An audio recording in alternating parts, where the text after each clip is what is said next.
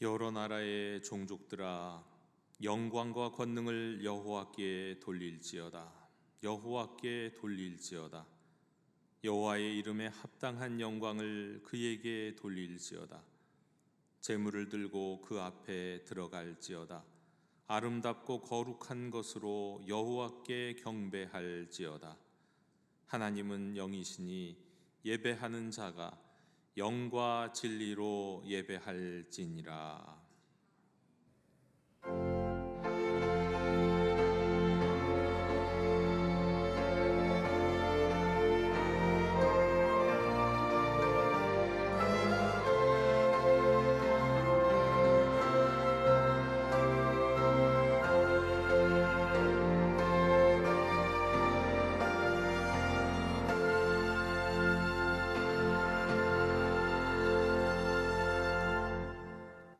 성도들이 영과 진리로 드리는 예배를 기쁘게 받으시는 하나님, 저희가 우리 주 예수님의 성탄을 사모하며 대림절 세 번째 주일 예배를 드립니다. 하늘의 보좌를 떠나 낮고 천한 이 땅에 육신으로 임하신 예수님을 찬양합니다.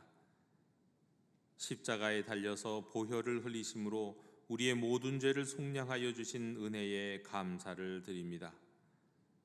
그리고 속히 이 땅에 다시 오실 예수님의 재림을 기다립니다. 예수님만 찬양하며 예수님께만 감사하며 예수님께만 영광을 돌리는 우리 예배를 받아 주시옵소서. 예수님의 이름으로 기원하옵나이다. 아멘. 다 함께 자리에서 일어나셔서 오늘 이곳에 계신 성령님을 찬양하시겠습니다.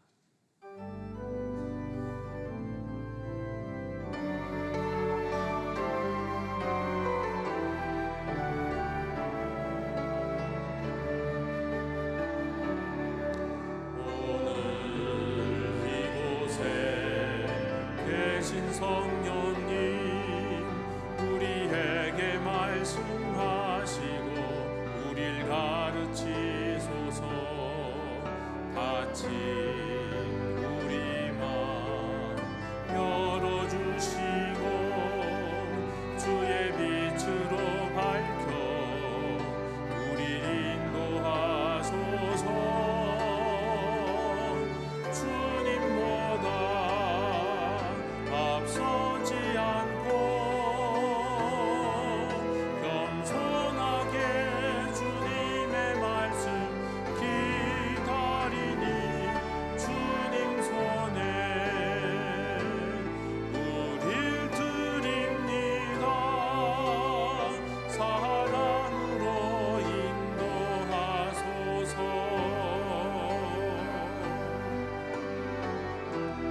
창조하신 모습 떠난 우리를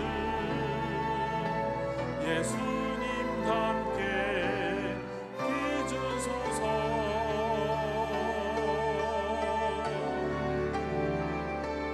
주님보다 앞서지 않고 겸손하게 주님의 말씀 기다리니 주님 손에 우릴 드립니다. 사랑으로 인도하소서. 사랑으로 말씀하소서.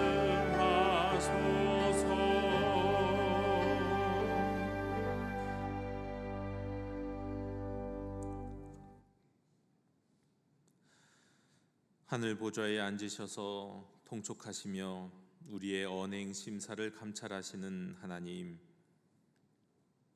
그 불꽃 같은 안목에 드러나지 않는 비밀이 없으며 숨길 수 있는 죄악이 없음을 고백합니다. 어미하신 하나님 앞에서 저희가 지은 죄를 정직하게 참회하오니 용서해 주시옵소서. 지난 한 주간 감사와 찬송과 기도가 사라진 저희의 입술에는 원망과 불평이 넘쳐났습니다. 주님께 드리는 헌신과 수고가 사라진 손과 발에는 육신의 정욕을 채우고자 했던 더러운 행실이 남아 있습니다. 신실한 믿음과 거룩한 소망이 사라진 마음 중심에는 불안과 두려움과 절망이 뿌리를 내렸습니다. 이렇게 하나님을 의지하지 않고 불신앙으로 살았던 저의 허물을 용서해 주시옵소서. 이제부터는 하나님께서 기뻐하시는 신실하고 아름다운 성도의 삶을 살아갈 수 있도록 인도해 주시옵소서. 주여 긍휼을 베풀어 주시옵소서.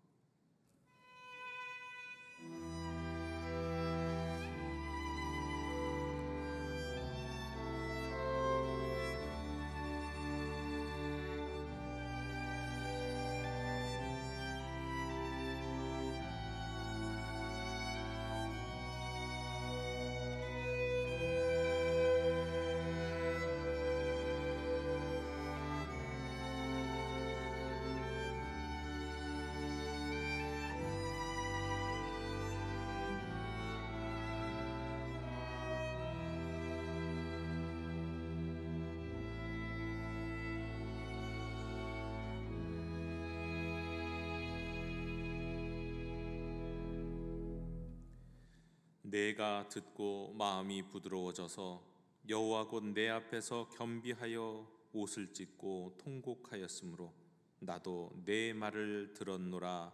여호와가 말하였느니라. 아멘. 나는 전능하신 아버지 하나님 천지의 창조주를 믿습니다. 나는 그의 유일하신 아들 우리 주 예수 그리스도를 믿습니다. 그는 성령으로 잉태되어 동정녀 마리아에게서 나시고 본디오 빌라도에게 고난을 받아 십자가에 못 박혀 죽으시고 장사된 지 사흘 만에 죽은 자 가운데서 다시 살아나셨으며 하늘에 오르시어 전능하신 아버지 하나님 우편에 앉아 계시다가 거기로부터 살아있는 자와 죽은 자를 심판하러 오십니다. 나는 성령을 믿으며 거룩한 공교회와 성도의 교제와 죄를 용서받는 것과 몸의 부활과 영생을 믿습니다. 아멘. 다 함께 자리에 앉으셔서 성시교독 117번을 교독하시겠습니다.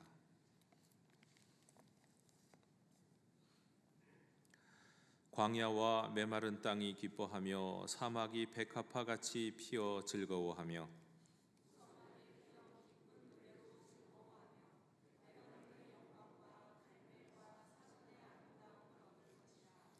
그것들이 여호와의 영광 곧 우리 하나님의 아름다움을 보리로다.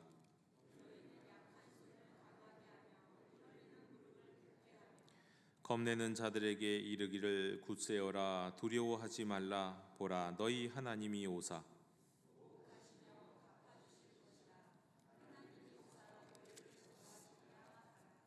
그때에 맹인의 눈이 밝을 것이며 못 듣는 사람의 귀가 열릴 것이며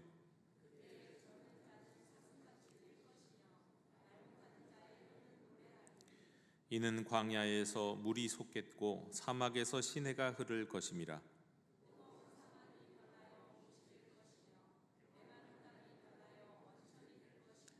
승냥 위에 눕던 곳에 풀과 갈대와 부들이 날 것이며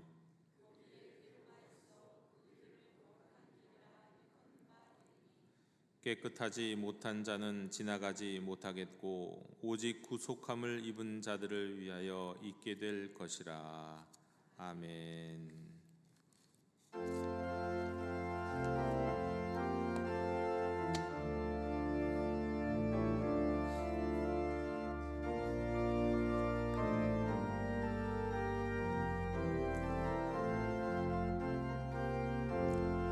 천사 찬송하기를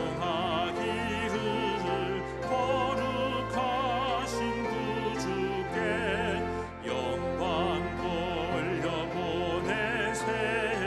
구주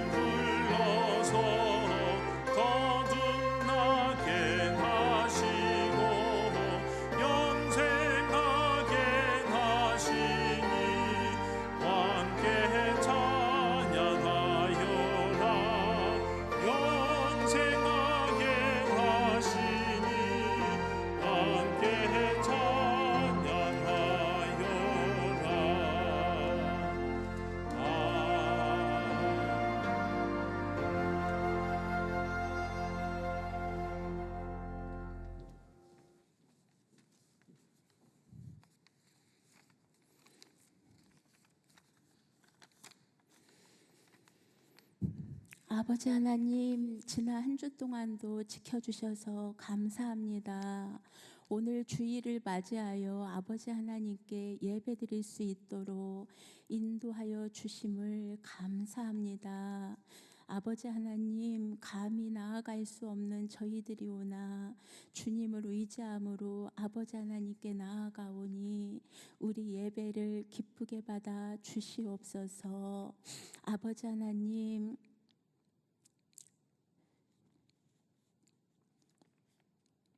이 시간 아버지 하나님께 인정합니다.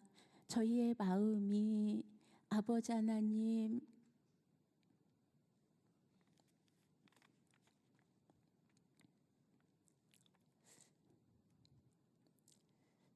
죄를 짓고자 하는 그런 정욕으로 마음이 가득하였었던 이 마음을 아버지 하나님께 기도로 아뢰오니 인정하오니 그런 저희를 아버지 하나님께서 건져 구원하여 주시옵소서. 아버지 하나님, 우리를 주 품에 그 크신 팔로 안아주사 주님 품 안에서 주님이 주시는 참 평안을 누리며 주님 주시는 말씀 듣고 잘 자라가도록 우리들을 도와주시옵소서. 말씀 전하시는 담임 목사님께 주여 함께하여 주셔서 말씀을 전하시며 맡겨주신 사역을 감당하시기에 조금도 부족함이 없도록 영육간의 강건함으로 붙들어 주시기를 간절히 기도합니다. 찬양을 드리는 우리 영도 앙상블에게도 주님을 기쁘게 섬기기에 부족함이 없도록 주님 크신 은혜를 베풀어 주시옵소서. 우리 주 예수 그리스도의 이름으로 기도드리옵나이다. 아멘.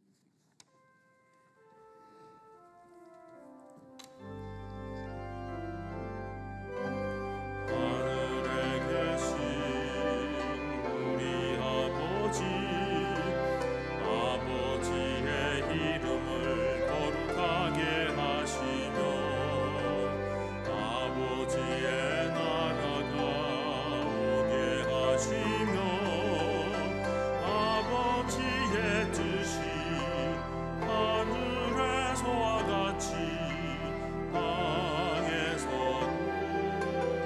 이루어지게 하소서.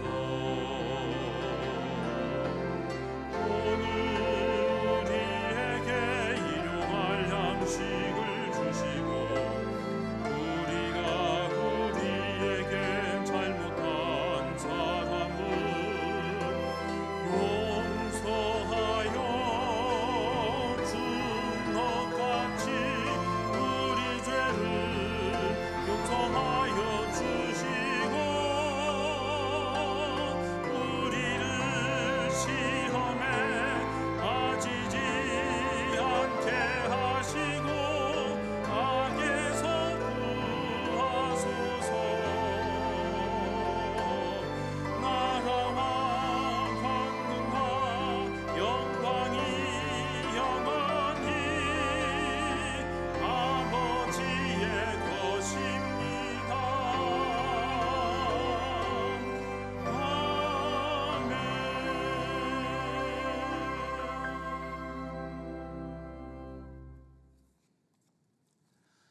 교회 실천을 전해드립니다. 우리 예배하는 공동체 영도교회 오신 모든 분들을 축복합니다.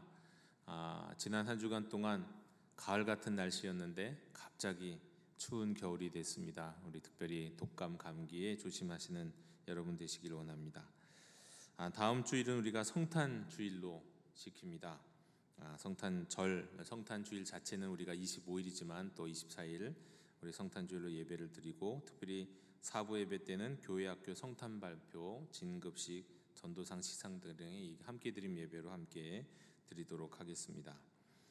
우리 하반기 새가족 환영회가 오늘 3부 예배 후 우리 본당 지하 1층 드림홀에서 있겠습니다.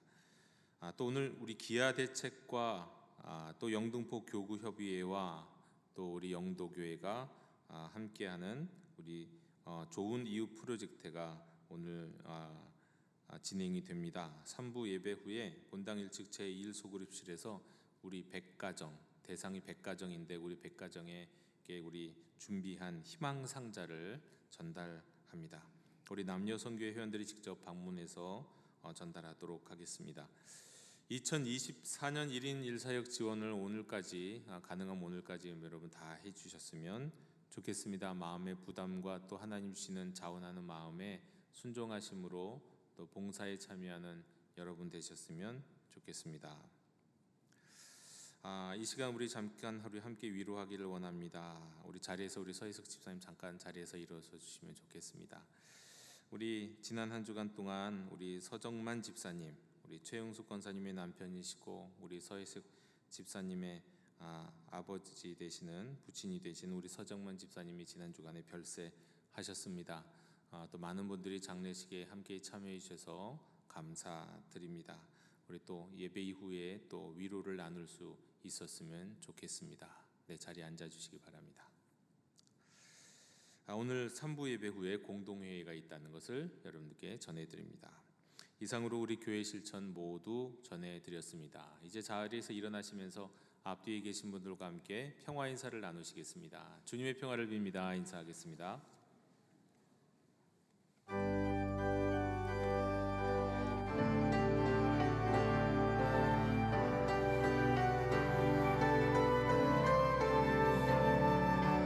말씀하소서 여호와여,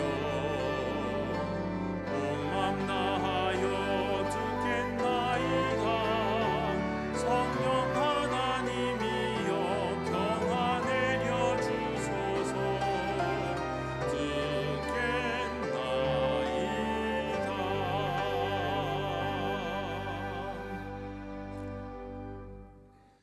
오늘 우리에게 주시는 하나님의 말씀은 누가복음 3장 7절로부터 17절까지의 말씀을 제가 봉독하겠습니다. 17절까지 제가 읽습니다. 하나님의 말씀을 경청하십시오. 요한이 세례받으러 나오는 무리에게 이르되 독사의 자식들아, 누가 너희에게 일러 장차 올 진노를 피하라 하더냐. 그러므로 회개에 합당한 열매를 맺고 속으로 아브라함이 우리 조상이라 말하지 말라. 내가 너희에게 이르노니 하나님이 능히 이 돌들로도 아브라함의 자손이 되게 하시리라. 이미 도끼가 나무 뿌리에 놓였으니 좋은 열매 맺지 아니하는 나무마다 찍혀 불에 던져지리라. 무리가 물어 이르되 그러면 우리가 무엇을 하리이까? 대답하여 이르되 옷 2벌 있는 자는 옷 없는 자에게 나누어 줄 것이요 먹을 것이 있는 자도 그렇게 할 것이니라 하고, 세리들도 세례를 받고자 하여 와서 이르되 선생이여 우리는 무엇을 하리이까 하매 이르되 부도가 된 것 외에는 거두지 말라 하고, 군인들도 물어 이르되 우리는 무엇을 하리이까 하매 이르되 사람에게서 강탈하지 말며 거짓으로 고발하지 말고 받는 급료를 족한 줄로 알라 하니라. 백성들이 바라고 기다림으로 모든 사람들이 요한을 혹 그리스도신가 심중에 생각하니, 요한이 모든 사람에게 대답하여 이르되 나는 물로 너희에게 세례를 베풀거니와 나보다 능력이 많으신 이가 오시나니 나는 그의 신발끈을 풀기도 감당하지 못하겠노라. 그는 성령과 불로 너희에게 세례를 베푸실 것이요 손에 키를 들고 자기의 타작마당을 정하게 하사 알곡은 모아 곡간에 들이고 쭉정이는 꺼지지 않는 불에 태우시리라. 아멘. 자리에 앉으시겠습니다.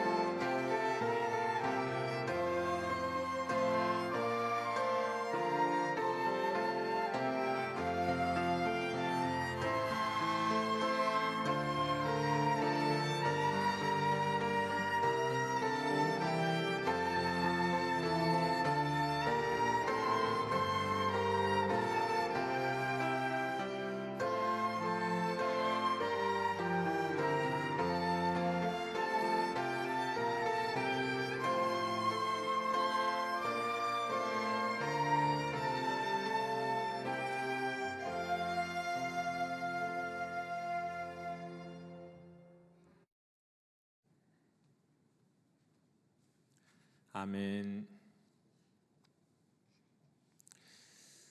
불교 우화를 톨스토이가 자신의 참회록에 담아서 널리 알려지게 된 인생의 본질에 대해서 깊은 깨달음을 주는 이야기가 있습니다. 먼 옛날에 어떤 한 남자가 광활한 광야를 걷고 있었습니다. 그런데 갑자기 미친 코끼리가 나타나서 달려들었습니다. 남자는 코끼리로부터 자신을 구하기 위해서 온 힘을 다해서 도망을 가다가 우물을 발견하고 뛰어들었습니다. 마침 그 우물은 마른 우물이었고 뛰어들면서 우물 안으로 뻗은 등나무 넝쿨을 붙잡고는 매달려서 간신히 몸을 피할 수가 있었습니다. 그런데 이제 정신을 차리고 보니까 우물 바닥에는 이 도끼를 품은 동룡이 입을 벌리고 있었습니다. 또 매달려 있는 그 주위 사방으로는 4마리의 독사가 혀를 널름대고 있었습니다. 그런데 또 위를 쳐다보니까 매달려 있는 그 넝쿨을 흰 쥐와 검은 쥐가 번갈아 가면서 갉아먹고 있는 겁니다. 우물 밖에는 여전히 이 성난 코끼리의 입과 이 맹렬한 노를 바라면서 으르렁거리고 있었습니다. 그런 와중에 이 사나이는 이 등나무 넝쿨이 흔들리면서 거기에서 떨어지는 달콤한 몇 방울의 꿀물을 발견하고 그것을 핥아먹다가 거기 취해서 자신이 처한 극한적인 상황을 잊어버렸다라는 이야기입니다. 톨스토이는 이 우화의 남자가 바로 자기 자신과 너무도 닮았다고 말합니다. 아니, 나아가서 이거는 논란의 여지가 없이 누구나 알고 있는 우리 인생의 참된 모습과도 너무 닮았다라고 이야기했습니다. 여러분, 동룡은 입을 탁 열고 기다리는 죽음을 상징합니다. 그리고 넝쿨을 갉아먹고 있는 흰쥐와 검은쥐는 낮과 밤, 곧 세월을 의미하죠. 시간이 가면 언젠가는 넝쿨은 끊어지게 될 겁니다. 그런데 그 상황 속에서도 잠시 취하게 되는 이 꿀물이 있어요. 자, 이 꿀은 각자의 인생에 따라서는 다르겠지만 이게 톨스토이에게 있어서는 그것은 예술과 시였고 성공이었고 또 사람들의 인정이었습니다. 그러나 다시금 자신의 현실을 있는 그대로 자각하게 될 때 꿀은 더 이상 달콤하거나 감미로울 수가 없죠. 그리고 이후에 다가오는 것은 공포, 그 공포를 벗어나고 싶다는 욕망, 심지어는 그 공포를 벗어나고 싶다는 욕망 때문에 어떤 사람은 자살까지도 생각하게 되는 것, 이게 이제 인생이라는 겁니다. 톨스토이는 이러한 인생의 딜레마에 대한 해답을 온갖 지식 속에서 찾아내려고 전력을 기울였습니다. 그야말로 모든 방면에서 찾아봤습니다. 우선 과학을 비롯한 학문 속에서 인생에 대한 문제가 있는지를 찾아봤어요. 하지만 거기에는 인생 문제에 대한 해답이 없었습니다. 특별히 톨스토이는 과학에도 매우 조예가 있는 사람이었는데 과학에선 찾을 수가 없었고요. 또 특별히 철학, 그 중에서도 인생의 선현들로부터 답을 구하고자 노력을 했습니다.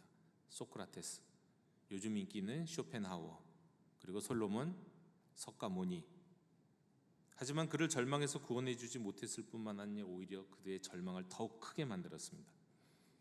이후에도 톨스토이는 계속해서 구도자의 길을 계속 걷게 되는데 결국 그가 발견한 인생 문제의 해답은 그의 참회록 마지막 결론에 인용한 바로 이 성경 구절에 있다, 이렇게 말씀을 드릴 수가 있겠습니다. 우리가 잘 아는 마태복음 11장 28절 30절입니다. 수고하고 무거운 짐진 자들아, 다 내게로 오라. 내가 너희를 쉬게 하리라. 나는 마음이 온유하고 겸손하니 나의 멍에를 메고 내게 배우라. 그리하면 너희 마음이 쉼을 얻으리니 이는 내 멍에는 쉽고 내 짐은 가벼움이라 하시니라. 인생의 모든 딜레마, 그리고 거기에서 엄청난 무게 공포를 우리가 모두가 느끼면서 살 수밖에 없는데 이 모든 것을 해소시켜 주시는 분이 바로 예수님이었던 겁니다. 딜레마, 절망에 빠져 있는 이 무거운 짐진 인생들, 또는 이 몇 방울도 되지 않는 그 꿀물에 취해서 살다가 어느 순간에는 또 죽음 앞에서 현실을 자각해서 당황하면서 공포에 떨며 살게 되는 그 인생들, 그런 인생들을 오라 부르시는 예수님. 예수님은 이러한 인생들의 멍에를 함께 지시고 또 대신 지시는 분이시고, 또 그 주님과 동행하면서 주님이 가르쳐 주시는 것들을 배우는 삶을 살아가면 그 마음에 세상에서는 줄 수 없는 쉼, 안식을 누리게 될 거라고 말씀하셨습니다. 우리에게 참 안식을 주시러 오시는 예수님, 인생의 모든 딜레마를 해소하시고 방황을 그치게 하시는 주님. 그런데 이사야 선지자는 마치 이 앞선 우화를 알고 있었던 것 마냥 장차 오실 주님이, 예수 그리스도가 이 모든 인간의 굴레 문제를 다음과 같은 방법으로, 전혀 그 누구도 상상하지 못한 방법으로 해결하실 것이라고 선포합니다. 바로 이사야 11장 6절에서 9절의 말씀입니다. 우리가 앞에 있었던 우화를 생각하면서 이 말씀을 한번 들어보십시오. 6절에 그때의 이리가 어린 양과 함께 살며 표범이 어린 염소와 함께 누우며 송아지와 어린 사자와 살찐 짐승이 함께 있어 어린아이에게 끌리며 암소와 곰이 함께 먹으며 그것들의 새끼가 함께 엎드리며 사자가 소처럼 풀을 먹을 것이며 젖먹는 아이가 독사의 구멍에서 장난하며 젖된 어린아이가 독사의 굴에 손을 넣을 것이라. 내 거룩한 산 모든 곳에서 해됨도 없고 상함도 없을 것이니 이는 물이 바다를 덮음같이 여호와를 아는 지식이 세상에 충만할 것임이니라. 맹수가 잠잠하여집니다. 독사도 물지 않아요. 해됨도 없고 상함도 없는 세상, 마른 우물 속에 있는 그 남자의 모든 문제와 모든 굴레가 다 해결이 되는 겁니다. 독사가 물지 않는데요, 동룡도 물지 않고 코끼리도 해치지 않아요. 모두가 다 친구가 되고 모두가 다 가족같이 되는 세상 말이죠. 그런 세상을 열어주시는 분이 바로 예수 그리스도이십니다. 우리는 그 주님이 오셨던 것을 기억하고 또 그 주님이 다시 오실 것을 기다리는 우리가 지금 대림절기를 지나가고 있습니다. 여러분, 이 절기 세 번째 주일은 오늘 우리는 이 특별히 세례 요한이 주님을, 그런 주님을, 우리 인생의 모든 문제를 해결해 주시는 그 주님을 맞이하기 위해서 어떤 자세를 갖고 살아가야 하는지에 대한 말씀, 그 말씀을 우리에게 가르쳐 주시는데 우리가 그 말씀에 귀를 기울였으면 좋겠습니다. 세례 요한은 인생의 무거운 짐을 해결하고자 자신에게 찾아오는 무리들을 향해서 한바탕 욕설을 퍼붓습니다. 오늘 말씀에 따르면요, 독사의 자식들아, 이거 욕이거든요. 네, 센 욕이에요. 뭐라고 표현할 수 없는 아주 그냥 강력한 욕이에요. 오늘날 이런 욕을 어디서 들었을까요? 아마 중딩들한테 많이 들을 수 있을 거예요. 중학생들 사이에서 오가는 그 어마어마한 욕들, 그런 욕이에요. 그런 욕, 독사의 자식들아. 여러분, 이런 욕을 들었던 무리들은요, 만약에 절박하지 않았다면, 그들이 절박하지 않았다면 이런 욕설 듣고는 기분이 나빠서 돌아갔을 거예요. 하지만 절박한 사람들은 그 정도의 욕설에 아랑곳하지 않습니다. 욕 먹으면 어떠하리? 이 인생의 무거운 짐을 해결할 수만 있다면 말이죠. 이어서 세례 요한은 회개에 합당한 열매를 맺을 것을 요구하였고, 너희가 아브라함의 자손이라고 말도 꺼내지 말아라 라고 말합니다. 왜냐하면 하나님은 길거리에 있는 이 돌들로도 아브라함의 자손이 되게 하시는 분이시라면서 너희 이 돌덩어리만도 못한 놈들이야 말하면서 이렇게 자존심을 구기는 얘기를 계속하고 있는 거예요. 그리고 저들이 지금 처한 상황, 무리들이 처한 상황은 도끼가 나무 뿌리에 놓여 있는 상황으로서 당장 회개에 합당한 열매를 맺지 않으면 찍어서 불에 던져지리라고 지금 세례 요한은 당신을 찾아오고 있는 수많은 사람들을 일종의 협박하고 있는 것처럼 보입니다. 만약에 웬만한 사람들이라면 이 정도 이야기를 들으면 내가 더러워서 떠난다면서 그 자리를 박차고 떠나고 돌아갈 사람들도 있었으련만, 거기까지 찾아온 광야의 세례 요한에게까지 찾아온 사람들은 그들이 가지고 있던 그 절박함이, 인생의 문제에 대한 그 절박함이, 구원에 대한 절박함이 그들의 발목을 오히려 잡고 오히려 계속해서 세례 요한의 말에 귀를 기울이고 그의 이야기를 듣고자 했습니다. 그리고 오히려 계속 더 물어요. 제대로, 선생님, 우리가 제대로 회개하려면 우리가 무엇을 해야 합니까? 이때 세례 요한은 몇 가지를 이야기합니다. 그 몇 가지는 이제 곧 오실 분을 맞이할 자세에 관한 이야기였습니다. 세례 요한은 당신 뒤에 오실 분을 예비하는 사람이었거든요. 이제 곧 오실 분은 누구냐? 세례 요한의 말로는 나보다 능력이 더 많으신 분이셨습니다. 세례 요한의 말로요. 자신은 그분의 이 막내 종이 될 자격도 없다고 말합니다. 주인과 손님이 집안에 들어오면 신발끈을 풀고 묶고 발을 씻기는 일을 하는 것은 그 집안의 제일 낮은 종이 하는 일인데, 자신은 그분의 이 가장 낮은 종이 될 자격도 없다. 그만큼 이제 오실 분은 대단하신 분이다라고 소개합니다. 그러면서 그 예수님을 맞이하기 위해서 무엇을 해야 하는가 말합니다. 먼저 무리들에게는 이렇게 말합니다. 너희가 2벌 옷을 가졌으면 1벌 옷은 옷 없는 자에게 나눠주고, 너희가 먹을 것이 있으면 너희 먹을 것 빼고 다 나눠줘라. 근데 이 말씀의 방점이, 한번 생각해 보면 어디에 방점이 있는지 사실은 한번 질문이 생깁니다. 이 말씀의 방점은 생존에 필요한 것 외에는 다 없는 사람들에게 무엇인지 나누어줘라는 말씀일까요? 아니면 나눔의 삶, 그러니까 최소한으로 적게 가지고 살아가라, 그런 말씀일까요? 이 2가지가 다 가능할 수 있겠죠. 근데 사실 이게 가당키는 한 것입니까? 만약에 당장 내일, 당장 일주일 후, 아니 당장 1년, 좀 길게 잡아서 1년 후쯤에 우리 주님을 맞이해야 한다면 혹시 그럴 수 있을지도 모릅니다. 마치 시한부 종말론자들처럼 말이죠. 하지만 때와 시는 아무도 알 수 없고 술을 다하고 죽을 수도 있는데, 여러분 이거 우리 평생 이렇게 사는 것이 가능할까요? 여러분, 또 이렇게 산다는 것은 어떻게 보면 준 노숙자에 가깝게 살라는 말씀 아닌가요? 마치 너희는 노숙인과 같이 되어라, 이렇게 말씀하는 것 같지 않습니까? 그러면 또 거꾸로 질문이 가능하죠. 그럼 노숙인들은 주님을 맞을 준비가 되어 있는 것입니까? 그러니까 있는 그대로, 문자 그대로만 생각할 수 없는, 여기에는 또 다른 의미가 담겨 있는 것이겠죠. 다음으로 이번에는 세리에게 말합니다. 너희가 부과된 것 외에는 거두지 말아라.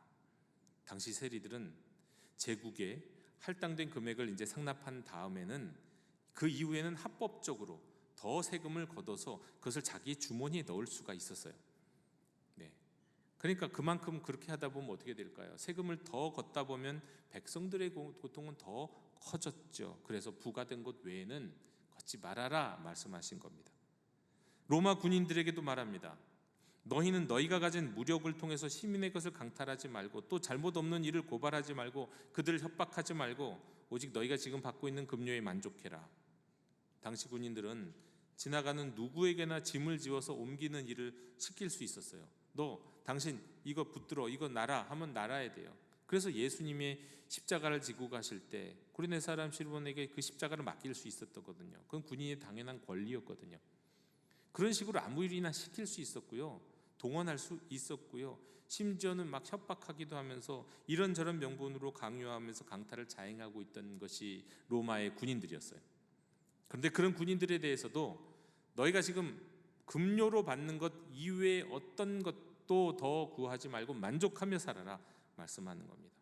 따라서 이 모든 것들을 정리하면 이런 겁니다. 꼭 필요한 것 외에 영혼의 것들은 나눠주고 빼앗지 말고 급료에 만족하면서 살아라. 이것을 한마디로 말하면 이겁니다. 탐욕을 거두고 만족하는 삶을 살아라. 여러분, 탐욕이 뭔가요? 탐욕은 자기가 원하는 것을 지나치게 탐내는 게 탐욕이에요. 그런 마음이에요. 또 분수에 넘치게 무엇을 탐내거나 누리고자 하는 마음, 이게 탐욕입니다. 일반적으로는 재물, 또 명예, 권력, 지식, 사랑, 이런 것에 대한 욕망으로 나타나요. 물질주의적 가치관과 경쟁적인 분위기가 팽배한 사회에서는 이 탐욕을 더욱 부추깁니다. 딱 우리가 살고 있는 대한민국의 현실이 바로 그렇죠. 많은 사회적 문제들이 알고 보면 다 탐욕으로 인해, 만족하지 못함으로 인해 생기는 문제들입니다. 세례 요한에 따르면 이제 오실 주님을 맞이하는 자세가 바로 이 탐욕을 버리고 만족하는 삶입니다. 주님을 맞이하기 위해서는 시한부 종말론자들이 그러했듯이 모여서 예배하고 기도하고 때로는 전재산 팔고 기도원이나 수도원에 들어가서 그런 구별된 삶을 살아야 할 것 같기도 한데, 그게 아니라요, 일상 속에서 본질적으로 탐욕을 버리고 만족하는 삶을 살아라 라고 말씀을 하고 있는 거예요. 왜 하필 탐욕을 버리고 만족하는 삶을 살라고 말씀하실까요? 성경 처음에 등장하는 첫 인류가 실패했던 내용이 바로 그러하기 때문입니다. 또 이것은 모든 인류가 궁극적으로 극복해야 되는 구원받음의 증거이기 때문이기도 합니다. 창세기 3장 6절에 보면 하와가 선악을 알게 하는 나무를 본즉 어떻게 했습니까? 먹음직도 하고 보암직도 하고 지혜롭게 할 만큼 탐스럽기도 했다고 그랬어요. 그때 생겼던 이 탐욕이요, 그 탐욕이 그녀의 마음에 들어갔고 그 탐욕의 짐으로 말미암아 우리 인류의 첫 사람들은 죄를 짓게 된 거죠. 가인이 아우 아벨을 죽인 이유는 무엇입니까? 하나님이 그의 제물은 받지 아니하시되 아벨의 제물을 받으심으로 인해서 이 탐욕에서 오는 시기, 탐욕에서 오는 분노가 그를 사로잡아서 살인에 이르게 된 거예요. 또 하나님으로부터 멀어졌던 인생들에게서 어김없이 나타났던 탐욕, 따라서 반대로 우리에게 다시 오시는 주님을 맞이하기 위해서는요, 탐욕을 멈추고 만족하는 삶을 살아야 하는 겁니다. 이런 삶을 살기 위해서는요, 먼저 자신의 잘못을 인정해야 돼요. 일단 내가 탐욕스러운 사람이라는 걸 인정해야 돼요. 나는 아닌데요, 나는 괜찮은 사람인데요. 아니에요. 우리 내면 속에는 탐욕이 가득해요. 아주 뿌리 깊이 담겨져 있어요. 이걸 인정해야 돼요. 내가 갖고 있는 열망, 내가 갖고 있는 인생의 계획들이 탐욕으로 얼그러져 있다는 것을 먼저 인정하고 회개해야 돼요. 그리고 그 회개에 합당한 열매, 만족하는 삶을 사는 변화가 있어야 합니다. 더 많이 가지는 것이 우리에게 행복을 주는 것이 아니라는 것을 깨닫고 하나님이 허락하신 것에 만족하고 감사하며 살아야 한다는 거예요. 만일 계속해서 탐욕에 휩쓸려 살아가게 된다면 여러분, 주님을 맞이하기는커녕 그 열매는 죽음입니다. 이것을 깨닫게 해주는 또 아주 이런 유명한 이야기가 있죠. 역시 톨스토이의 이야기입니다. 톨스토이가 쓴 작품 가운데 이런 작품이 있어요. 사람에게는 얼마만큼의 땅이 필요한가. 러시아의 어떤 마을에 바흠이라고 하는 농부가 있었습니다. 바흠은 100루블을 주고 산 땅에서 농사를 짓고 있었어요. 그는 늘 땅을 더 많이 가질 수 있다면 얼마나 행복할까, 그렇게 생각을 했습니다. 그러던 어느 날 바흠이 농사를 짓고 있는 과정 속에서 다른 지방에서 온 한 농부를 만나게 됐어요. 이 농부는 그냥 이렇게 저렇게 돌아다니면서, 말하자면 농사를 도와주면서 막일을 하면서 떠돌아다니는 사람이었어요. 근데 그 사람이 바흠의 귀가 번쩍 뜨일 이야기를 전해주는 겁니다. 저기 저 바시키르라고 하는 마을이 있는데 거기 가면 1000루블을 딱 내고 원하는 만큼의 땅을 가질 수 있다는 이야기예요. 1000루블 내면 원하는 만큼 무한 리필 이런 것처럼. 그래서 아침에 동네 사람들과 함께 들판에 나가서 출발할 장소를 정하고 거기서 1000루블을 딱 내고 출발해서 하루 종일 걸어다니면서 자기 땅이라고 표시만 하면 그 땅 전체를 다 가질 수 있다는 거예요. 그런 마을이 있다는 거예요. 그래서 바움은 자신이 갖고 있던 땅과 집 재산을 모두 팔아서 만든 1000루블을 들고 바시키리 마을을 찾아갔습니다. 그리고 동네 촌장에게 1000루블을 지불했습니다. 그리고 아침 일찍 이제 드디어 출발하기 전 동네 촌장이 바움에게 이렇게 말했습니다. 무슨 일이 있어도 해가 지기 전까지 출발한 장소로 돌아와야 합니다. 만일 그때까지 돌아오지 못한다면 땅을 가질 수도 없고 이 1000루블의 돈도 돌려받을 수 없습니다. 바움은 이 동네 촌장의 말을 듣자마자 걸음을 서둘렀습니다. 조금이라도 더 빨리, 조금이라도 더 멀리 들판을 돌아서 출발점으로 돌아가야 더 많은 땅을 차지할 수 있으니까요. 바움은 열심히 햇빛이 그냥 강하게 내리쬐는 들판을 막 돌아다니다가 먹는 것도 있고 뛰고 넘어지고, 그리고 가는 곳곳마다 구덩이를 파고 거기다 내 땅이라고 표시를 했습니다.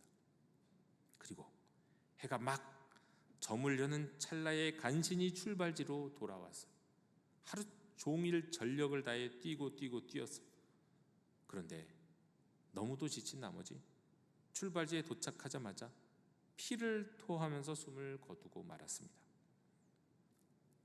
바움이 숨을 거두자 바움을 따라왔던 그 바움의 하인이 괭이를 들고 바움의 시신을 묻을 구덩이를 팠어요. 그 구덩이의 크기는 머리에서 발끝까지 단 2m에 불과했답니다. 여러분, 사람에게는 얼마만큼의 땅이 필요한 걸까요? 이 이야기는 인간의 탐욕이 어떻게 펼쳐지고 또 그 끝이 어떤지를 보여주는 아주 유명한 이야기입니다. 여러분, 바움을 누가 죽였나요? 무엇이 죽였습니까? 바음의 탐욕이 바음을 죽였습니다. 이와 같이 탐욕의 결과는 그 마지막은 결국 자기 자신을 죽이고 해치는 거예요.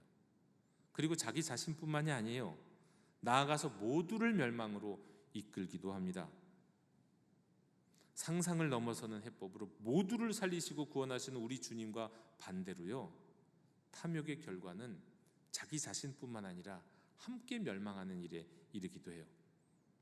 제정 러시아가 공산화되기 전에 이 제국으로서 황제가 다스리는 제정 러시아로 있을 때, 그 제정 러시아가 결국은 멸망하기 전, 당시에도 이 러시아 땅은 어마어마한 국토였습니다.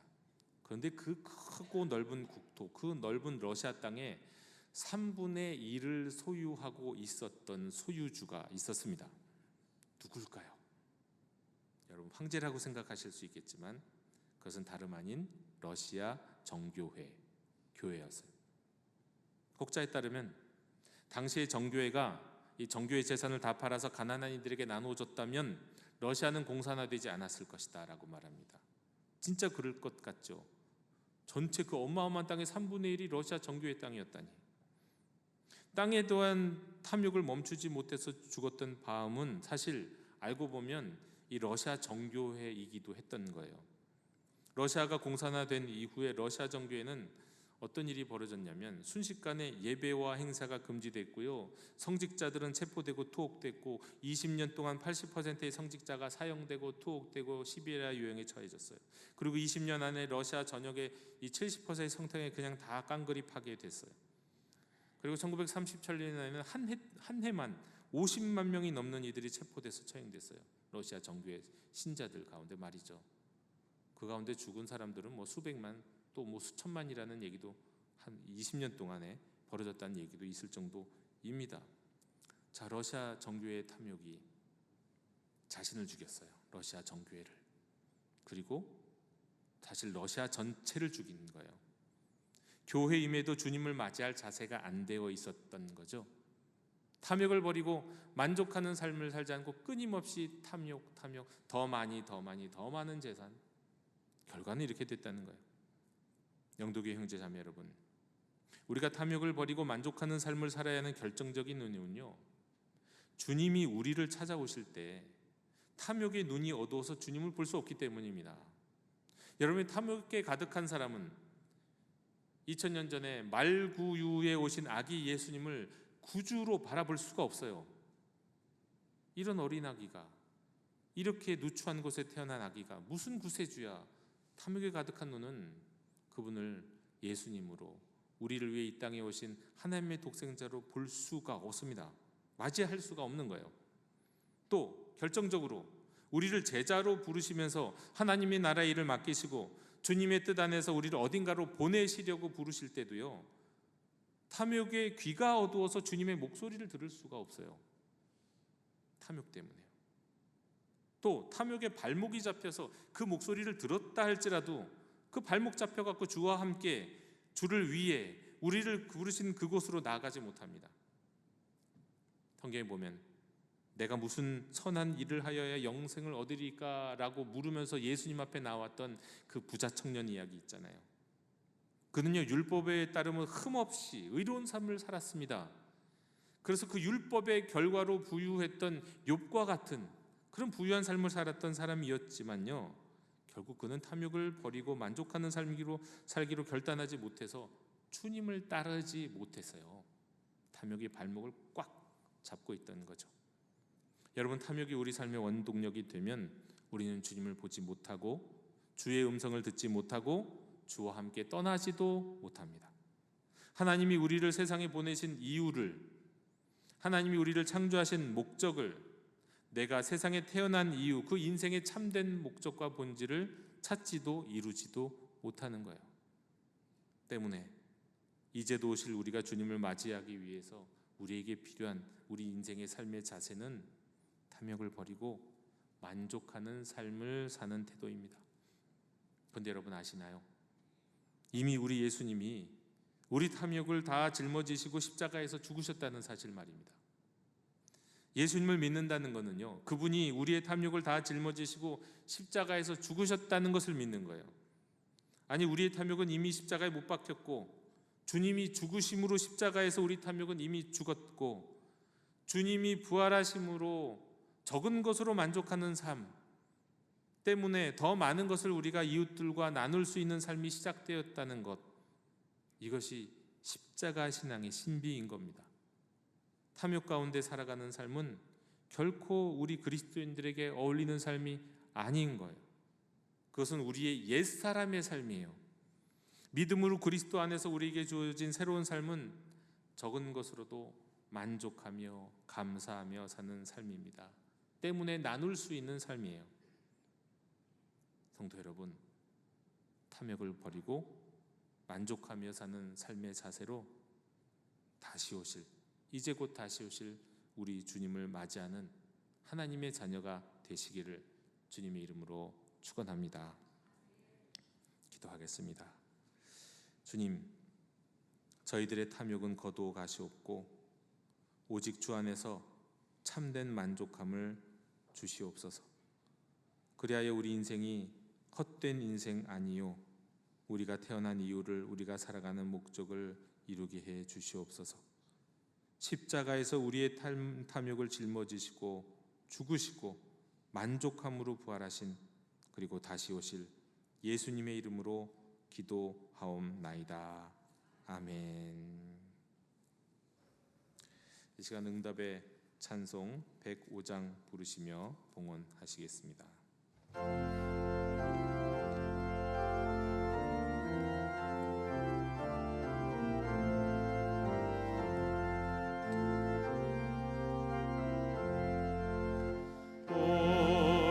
오랫동안 기다리던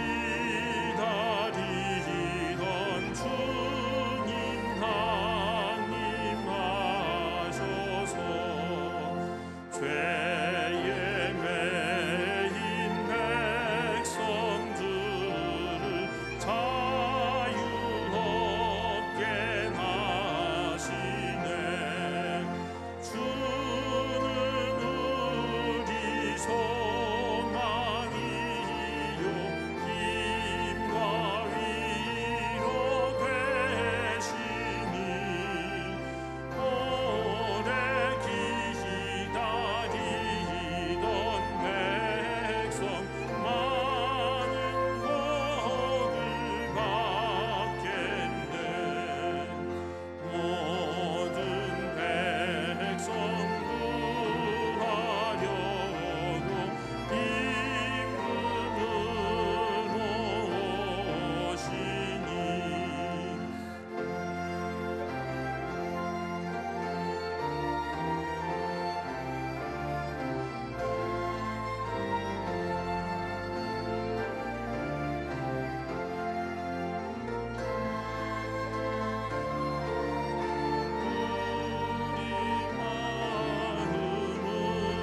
해로서 고치고 주를 빛난 보좌 앞에 이르도록 하소서.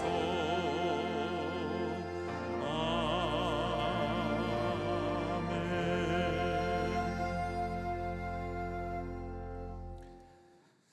주님, 이 시간 저희들에게 허락하신 모든 것들에 만족하며 감사하며 예물을 드립니다. 저희의 탐욕이 주께 마땅히 드려야 할 것을 가로막지 않게 하옵시고, 항상 자원하는 마음으로 기쁨으로 감사함으로 헌신과 예물을 드리는 신실한 주님의 백성 되게 해 주시옵소서. 아기로 예수로 오신 주님을 영접하고 또한 다시 오실 주님을 맞이하기 위하여 우리의 탐욕은 십자가에 못 박고 만족함으로 소유를 주님께 드리고 이웃과 나누는 온전한 삶을 살아가게 해 주시옵소서. 이렇게 드리는 모든 당신의 자녀들의 손길을 복되게 해 주시옵소서. 감사와 찬양을 올려드리오며 예수님 이름으로 봉헌기도 드리옵나이다. 아멘.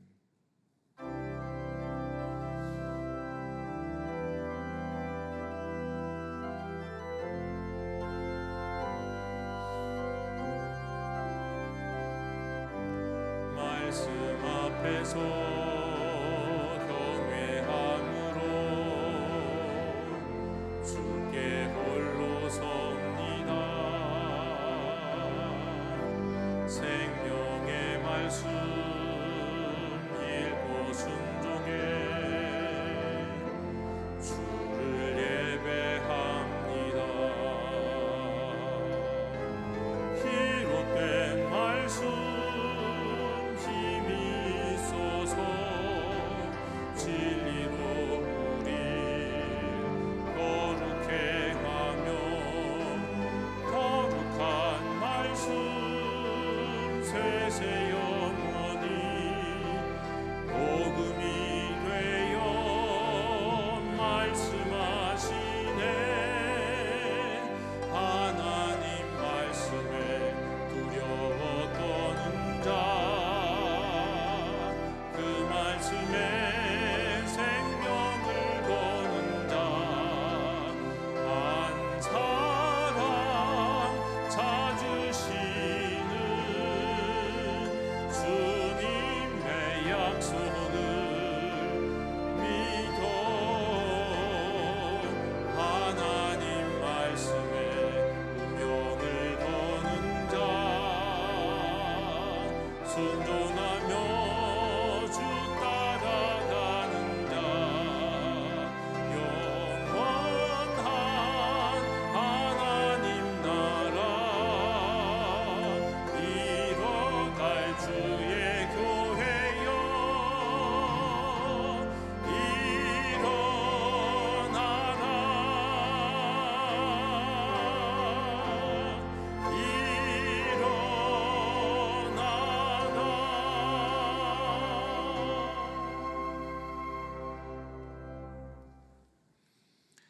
이미 오셨고 다시 오실 우리 주 예수 그리스도의 은혜와 죄인이었고 여전히 죄악을 다 벗어나지 못한 우리를 여전히 사랑하시는 하나님 아버지의 끝없는 사랑과 오직 우리의 심령에 만족함을 주시는 성령님의 감화 감동 충만 교제하심이 이 시간 머리 숙인 모든 백성들과 함께 하시기를 간절히 축원하옵나이다. 아멘.